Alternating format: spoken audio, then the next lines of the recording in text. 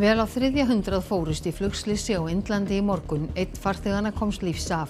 Vélin brotlenti nærri íbúðabyggð skömmu eftir flugtak. Hún var að gerðinni Boeing og hlutabréf í félaginu hríðféllu í dag. Lífeyrissjóðir segjast nauðbeygðir til að skerða greiðslur til ellilífeyrisþega nái frumvarp fjármálaráðherra fram að ganga. Eldri borgarar segja frumvarpið etja saman öryrkjum og eldra fólki. Tugir Palestínumanna voru skotnir til bana í nótt þar sem þeir biðu eftir neyðaraðstoð að sögn heilbrigðisyfirvalda á Gaza. Utanríkisráðherra Svíþjóðar segir það stríðsglæp að reyna að svelta íbúa. Jarðvísindamenn skoðuðu í dag afleiðingar skriðufalla við Dettifoss til að meta hvernig bregðast skuli við. Þjóðgarðsvörður segir að niðurstöðurnar verði teknar alvarlega. Hljómskálinn í Reykjavík þjónar sínu upphaflega hlutverki í kvöld þegar Múkisson heldur þar tónleika. Aðeins 45 gestir komast að.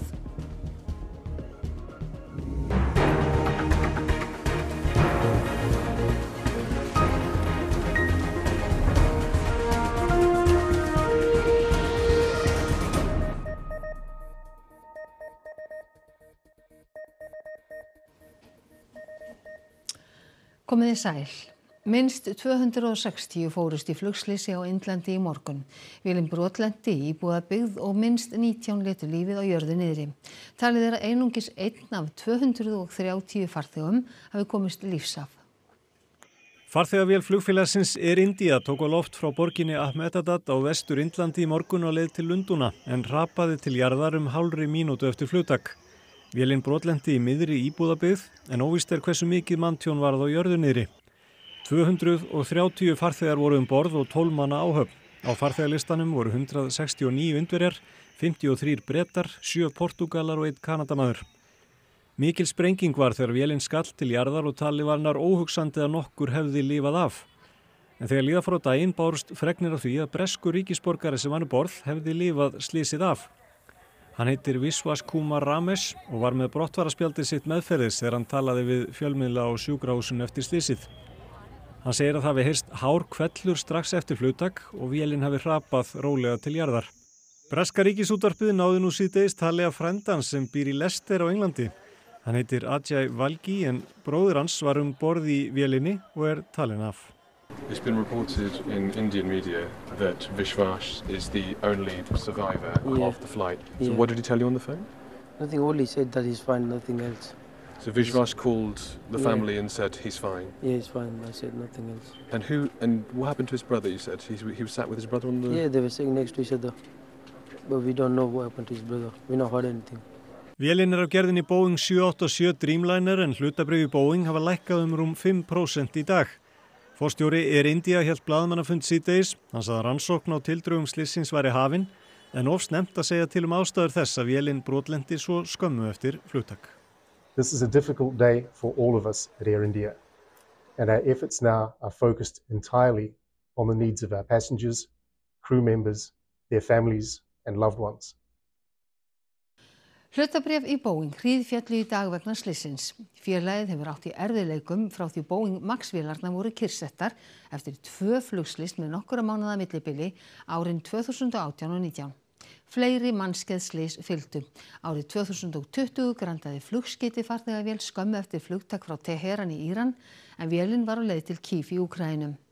Árið 2022 hrapaði vél frá kínversku flugfélagi í Suður Kína og í fyrra litu 179 lífið í flugslysi nærri Bangkok í Tælandi eftir að hópur fugla flaug inn í hreyflana. Slysið í morgun er eitt af mannskæðasta sem orðið hefur á þessari öld. Margir Bretar voru borð og forsætisráðherra Bretlands segir að hugur hans sé hjá þeim og fjölskyldum þeirra. Well, the images and news from India is absolutely devastating, and I speak for the entire country in saying our thoughts are with each and every one of those involved. There will be British and Indian families across the land who are absolutely impacted by this, and our thoughts first and foremost are with them. Obviously the investigation is going on. We've dispatched an investigation team that's been deployed. The Foreign Secretary is leading on this, and we'll obviously update as soon as we can. But we're working with the Indian authorities on this to establish the facts. Landsréttur staðfesti í dag 18 ára fangelsisdóm yfir konu fyrir að verða 6 ára syni sínum að bana og tilraun til að svipta annað barn sitt lífi við nýbýlavegi í Kópavogi í janúar í fyrra. Með dóminum staðfesti Landsréttur sakhæfi konunnar en fyrir héraðsdómi játaði hún sök og bar fyrir sig ósakhæfi. Verjandi hennar taldi nauðsynlegt að endurskoða þyngd dómsins og var málinu því áfrýjað. Í matsgerð kom fram að konan hefði verið alvarlega þunglynd á verknaðarstundu en að hún hefði engu að síður geta stjórnað gjörðum sínum. Var 18 ára fangelsisdómur héraðsdóms því staðfestur. Það stríðsglæpur að reyna að svelta íbúa Gaza, segir utanríkisráðherra Svíþjóðar. Þrýstingur eykst á Ísraela að tryggja að neyðaraðstoð berist til íbúa Gaza. Íbúar Gaza draga fram lífið við aðstæður sem erfitt að ímynda sér. Ísraelsher hefur gert nær linnulausar árásir í tæpa 20 mánuði og þær virðast engan enda ætla að taka. Og það afar erfitt að búa við þessar aðstæður. في الحلم ما توقعنا يوم تحلم في سعر زي هذا. كيلو السكر 2 مليون ونص، كيلو الطحين يصل 100 شيكل وفش دخل يعني عشان تفطر وتتغدى بدناش نتعشى تفطور وغدا بدك في اليوم 1000 شيكل وانت ولا شيكل بدخل عليك لا موظف ولا بتشتغل ولا اي حاجه. احنا قاعدين بنموت على البطيء. Þessar upphæðir eru ótrúlega háar, 1000 shekels sem gjaldmiðillinn á Gaza í jafnvirði 280 bandaríkjadala, 35.000 íslenska króna. Því treysta nánast allir íbúarnir á neyðaraðstoð, mat, drykk og lyf. Þúsundir snéru í morgun tilbaka frá landamæraborginni Rafa. Þar hefur hjálpargögnum verið dreift til íbúa en Ísraelar hafa ítrekað lokað fyrir þá líflínu. أنا رحت 6 مرات ولا مرة أخذت مساعدات ولا مرة. هنا بنيجي بدنا نشتري من اللي بيجيبوهن الناس ما فيش أسعار خيالية ما بتقدر تشتري حاجة أصلاً معناش مصاري نشتري أصلاً. Heilbrigðisyfirvöld á Gaza segja tugir hafa verið skotnir til bana við landamærastöðina þar sem þeir biðu eftir neyðaraðstoð en þessu hafna ráðamenn í Ísrael. Alþjóðlegur þrýstingur eykst enn á Ísraela að tryggja íbúum Gaza neyðaraðstoð. Att använda utsvältning av civila som en stridsmetod utgör en krigsförbrytelse. Livräddande humanitär hjälp får aldrig politiseras eller militariseras. Verulegs titrings gætir meðal lífeyrissjóða vegna frumvarps fjármálaráðherra bann við tekjutengingu örorkulífeyris. Það eigi eftir að hafa í för með sér umtalsverða skerðingu til ellilífeyrisþega og eru stjórnvöld vöruð við að láta frumvarpið ganga í gegn óbreytt. Frumvarpið snýr að samspili almannatrygginga og lífeyrisgreiðslna. Í dag kerfið þannig uppbyggt að fólk sem verður fyrir örorku fái tjón sitt bætt að hámarki upp að þeim tekjum sem þeir höfðu fyrir orkutap. Sem dæmi virkar kerfið þannig að sá sem með 600.000 krónur í tekjur á mánuði fyrir örorku hefur fengið bætur fyrir að hámarki þá upphæð. Tryggingastofnun fyrsta stoðið þessu kerfi og greiðir viðkomandi 200.000 krónur. Og þá hefur örorkutrygging lífeyrissjóða greitt þar sem upp á vantar upp að 600.000 krónum, í þessu tilviki 400.000 krónur. Samkvæmt frumvarpinu verður lífeyrissjóðunum óheimilt að taka tillit til þess sem Tryggingastofnun greiðir, þannig að hlutur lífeyrissjóðsins verður 600.000. Greiðslur Tryggingastofnunar halda hins vegar áfram, þannig að viðkomandi einstaklingu fær, í þessu tiltekna dæmi, eftir örorku 800.000 krónur í tekjur á mánuði. Áætlað að 44% örorkulífeyrisþega fari upp fyrir hámarkið eftir breytinguna. Nokkrir lífeyrissjóðir hafa sent efnahags- og viðskiptanefnd Alþingis umsagnir málið og þar allar á einn veg. Fullyrt að breytingarnar hafi þau áhrif að óhjákvæmilegt verður að skerða greiðslur til ellilífeyrisþega. Breytingarnar koma mismunandi við lífeyrissjóði en nefndar eru skerðingar allt upp í 6,7%. Reikningurinn hann því verði kiptur að það eru ellilífeyrisþegar í þeim sjóðum sem þegar bera mjög mikla örorkubyrði að þeir eru að greiða fyrir þessa lausn og það bara gjörsamlega óásættanlegt. Í umsögnum lífeyrissjóða efast að breytingin standist lög þar sem hrein og klára eigna upptökur að ræða. Engar greiningar liggi fyrir áhrif breytingana og við blasi að það skapi neikvæða hvata fyrir örorkulífeyrisþega að snúa aftur á vinnumarkaðinn. Enda feli það í sér tekjutap. Í greinargerðinni segir að haft hafi verið samráði við Landssamband lífeyrissjóða, en þar á bæ kannast enginn við samráð. Beinlínis verið að fara með rangt mál í greinargerð frumvarpsins? Samráð þessa útfærslu sko af og frá. Hún hefði ekki komið í samráði við lífeyrissjóðina og það bera það náttúrulega með sér umsagnir frá öðrum lífeyrissjóðum sem eru þungir verkamannasjóðir að þeir harðlega mótmæla þessu. Jarðvísindamenn Veðurstofunnar skoðuðu í dag afleiðingar skriðufalla við Dettifoss og sprungu sem þar mynduðust nýlega. Þjóðgarðsvörðurinn í Jökulsárgljúfrum segir allt gert til að tryggja öryggi ferðamanna við fossinn. Í mikilli rigningu fyrir réttri viku sáu landverði við Dettifoss að skriða hafði fallið við gljúfurbarminn utan við fossinn. Við frekari skoðun sáust einnig sprungur í berginu sem ekki voru fyrir og hafa nú stækkað. Erindi skriðu sérfræðinga að fossinum í dag var að athuga ummerki nánar. Já, það er bara stórkostlegt að sjá þessa skriðu. Hún er ansi mikil og það stendur stuðull eftir sem að mun hrynja. Það er erfitt að segja hvenær en það stendur stuðull eftir sem að hrundi ekki með en er orðin laus og komin fram. Svo erum við með skriðusár frá því 95 sem við erum í rauninni að sjá í fyrsta skipti. Eftir að skriðan fjall var ákveðið að loka hluta af útsýnispöllum út á klettunum norður við fossinn en einnig gönguleið hér í Fosshvamminn og niður á gljúfurbarminn. Þetta hefur talsverð áhrif á aðgengi hérna að svæðinu.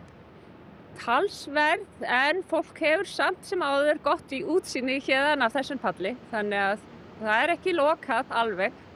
Jarðvísindamennirnir voru fyrst og fremst að safna upplýsingum og meta eftir sé að skoða loftmyndir og ræða við staðkunnuga. Er einhver ástæða til þess að fara óttast þetta?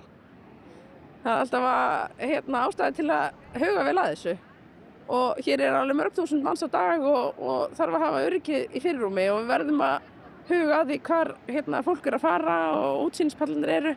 Þau leggi síðan fram sitt mat og setji í hendur starfsmanna þjóðgarðsins hvað verði gert í framhaldinu. Við viljum bara vera örugg og hafa gestin okkar örugga og þess vegna viljum við nota tækifærið og láta meta þessa skriðu en einnig brúnirnar suður eftir og niður í Fosshvamminn. Hún segir óljóst hvað þessar lokanir standi í langan tíma. Við þurfum bara að fara yfir niðurstöður á þessari greiningu og þá kemur það bara allt í ljós. Við vinnum bara eitt skref í einu. Allur fjölmiðlarekstur Vodafone sameinaðist undir nafni Sínar í dag. Markmiðið er að einfalda ásýnd og vöruframboð fyrirtækisins að sögn forstjóra. Sjónvarpsstöðvarnar og fréttastofan verða hér eftir rekin undir merkjum Sínar. Vörumerkið Sín var áberandi hvert sem á var litið þegar fréttastofa leit við á Suðurlandsbrautinni í dag. Forstjóri Sínar segir að ákvörðun hafi verið tekin eftir mikla stefnumótunarvinnu. Og það sem við komumst að á þeim tíma í raun og veru að virði vörumerkin, hvernig það lítur út og tengsl neytenda við vörumerkin. Og einnig líka það hversu flókið var fyrir viðskiptavini að kaupa af okkur þjónustu. Merkistöðvar 2 var fjarlægt af byggingunni í gær á meðan starfsfólk var á fundi í Egilshöllum breytingarnar. Línulega rásinn, áður stöð 2, heitir frá með deginum í dag Sín. Streymisveitan sem áður hét stöð 2 Plus verður Sín Plus og stöð 2 Sport verður Sín Sport. Fréttastofa stöðvar 2 Bylgjunar og Vísis heitir nú Fréttastofa Sínar. Ef við horfum til dæmis á það að viðskiptavini Sínar fóru inn á Vodafone.is eða stöð 2 og þar gátu raunverulega keypt sjónvarpsáskriftir inn á Vodafone sem var sömu sjónvarpsáskriftir voru inn á stöð 2 og gátu líka farið inn í Vodafone sjónvarp þannig að þetta var orðið mjög ruglingslegt. Þetta er eitt og sama félagið og þetta er liður í því að klára sameiningunum frá 2017. Sín veitir áfram fjarskiptaþjónustu í samstarfi við Vodafone á alþjóðavísu. Herdís segir að með Sín Plus hafi verið horft til bandarísku streymisveitunar Netflix. Við horfum til dæmis á það sem er að gerast. Við erum yfir 70% landsmann sem nota Netflix og við erum raunverulega að gera það sama. Starfsfólk Háskólans á Akureyri er orðið langþreytt á raski vegna myglu sem greinst hefur á öllum hæðum í húsnæði Háskólans að Borgum. Viðgerðir eru áætlaðir í sumar en rektor vill sjá stærri framkvæmdir. Hér eru allir farnir úr vinnunni út af því að það fannst mygla hérna aftur. Þetta árið það var líka í fyrra. Mygla er á öllum hæðum í skrifstofuhúsnæðinu að Borgum, þar sem hluti af starfsemi Háskólans á Akureyri er.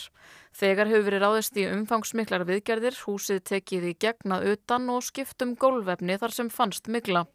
Rektor skólans segir viðgerðirnar minna á bútasaum. Það á ekki að taka allan dúkin og við höfum verið frekar ósátt við þá ákvörðun að það sé ekki verið að taka bara allan þennan dúk. Hann er orðinn mjög gamall og og fólk svona frekar svolítið búið að missa þolinmæðina yfir þessu. Myglan hefur fyrst og fremst verið undir ríflega 20 ára gömlum golfdúknum nærri útveggjum. Nokkrir starfsmenn hafa fundið til einkenna sem þeir tengja við mygluna og 2 greint frá alvarlegum veikindum. Við eigum rétt að við verið í heilsusamlegu húsnæði, en okkur finnst líka að við mættum alveg verið í húsnæði sem svona sæmilega huggulegt. Við vitum ekkert hvenær það verður gert við þessar búta á skrifstofunum og við vitum ekkert hvenær þetta verður klárað að ganga frá þessu. En nú síðast fannst líka mygla í ryki sem getur verið flóknar að eiga við. Það svona svolítið annað að hafa í huga fólk að hafa myglu í gólfefni eða myglu í ryki upp á skápnum sem þú setur við hliðina á. Reytir eiga húsið en framkvæmdasýslan ríkiseignir leigutaki. Háskólinn greiðir ríkinu leigu hvort sem húsið myglað og ónothæft eða ekki. Samkvæmt upplýsingum frá Reitum hafa nýjar myglugreiningar ekki gefið tilefni til að skipta allan golfdúkinn. Ekki síst þar sem líklega verði farið í framkvæmdir inni í húsinu innan fárra ára þegar leigusamningi lýkur. Það megi þó alltaf ræða við leigjanda frekari framkvæmdir. Áslaug segist hafa sent ráðuneytum bréf vegna málsins. Starfsfólk skólans geti ekki verið mikið lengur með skrifstofur sínar í plastkössum. Það var á einu fundi þá sögðu þeir sem eru að ræða við okkur frá ríkinu og frá Reitum að þetta snýrist kostnað.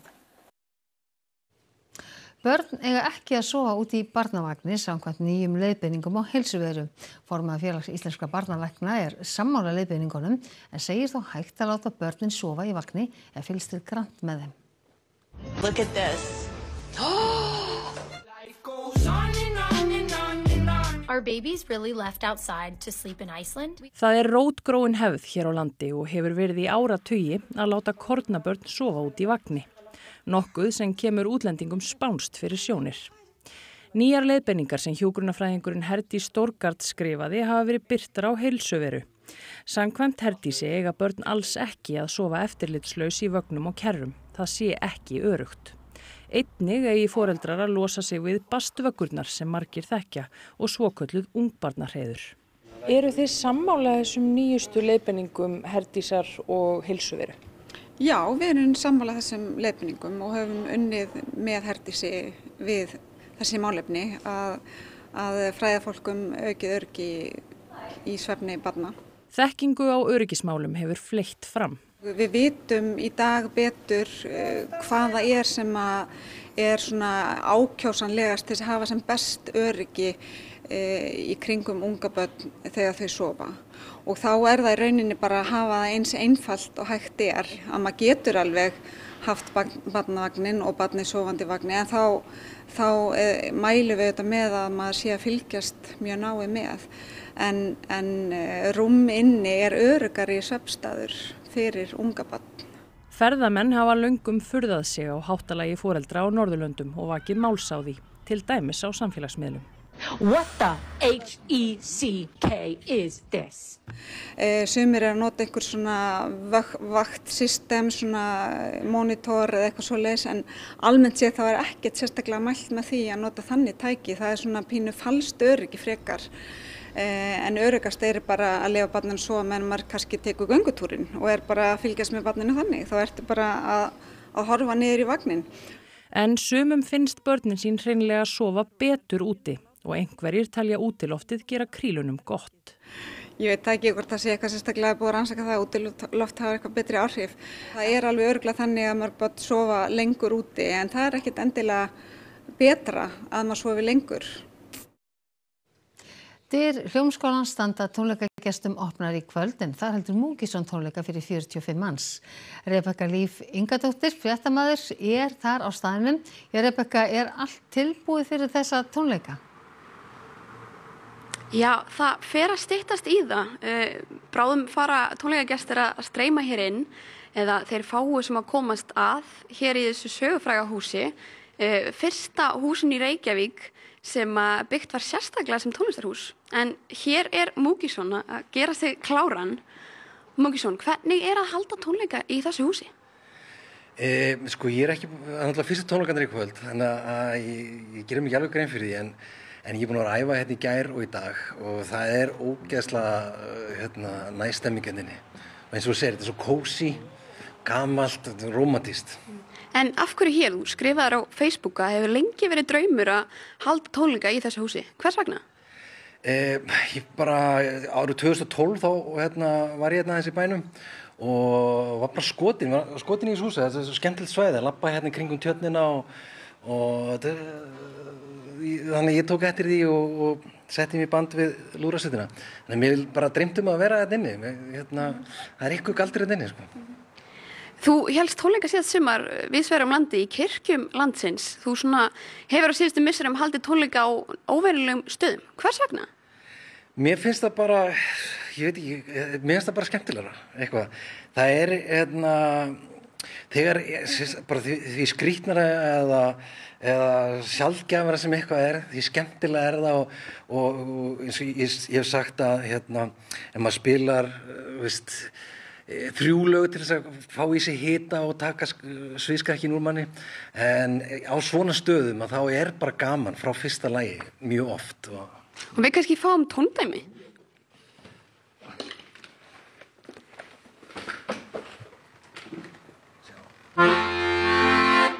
Sakna Ísafjarðar og þín á kúan og stelpan mín. Mig langar. Takk fyrir þetta, Múkisson. En í Kastljósi þá verður spurt hvort stuðningur stjórnvalda við óhagnaðardrifin leigufélög geti talist ólöglegur, en Viðskiptaráð hefur beðið eftirlitsstofnun EFTA til að kanna það. Bergsteinn ræðir við Björn Brynjólfur Björnsson, framkvæmdastjóra Viðskiptaráðs, og Dag B. Eggertsson, alþingismann og fyrrverandi borgarstjóra þetta mál. En þá það veðrið. Það hæðarhryggur sem teygir sig yfir landið í nótt og það léttir víða til. Á morgun útlit fyrir norðaustlæga eða breytilega átt víða 3 til 10 metra á sekúndum, en strekking við suðausturströndina. Víða bjart verður og hitinn verður á bilinu 12 til 18 stig að deginum, en við förum nánar yfir horfur næstu daga að loknum íþróttafréttum. 8 liða úrslitum bikarkeppni kvenna í fótbolta lýkur í kvöld. Þór KA og FH mættust nú undir kvöld. Indiana Pacers komið með undirtökin á ný í úrslitaeinvígi sínu við Oklahoma City Thunder NBA-meistaratitilinn í körfubolta. Og EM-hópur Íslands fyrir Evrópumót kvenna í fótbolta í næsta mánuði verður kynntur á morgun. Íþróttir hér eftir fréttir. Og það var helst í þessum fréttatíma vel á 300 fórust í flugslysi á Indlandi í morgun. 1 farþeganna komst lífs af, vélin brotlenti nærri íbúðabyggð skömmu eftir flugtak. Hún var að gerðin í Boeing og hlutabréf í félaginu Hríðfjalli í dag. Lífeyrissjóðir segjast nauðbeygðir til að skerða greiðslur til ellilífeyrisþega nái frumvarp fjármálaráðherra fram að ganga. Jarðvísindamenn skoðuðu í dag afleiðingar skriðufalla við Dettifoss til að meta hvernig bregðast skuli við. Þjóðgarðsvörður segir að niðurstöðurnar verði teknar alvarlega. Þessum fréttatíma að ljúka, þá komið að íþróttum, veðri og Kastljósi. Nýjustu fréttir má alltaf nálgast inn á RÚV.is, en næstu fréttatímar þeir eru í útvarpi og sjónvarpi klukkan 10 í kvöld. Hlakkum til að sjá okkur þá. Verið sæl.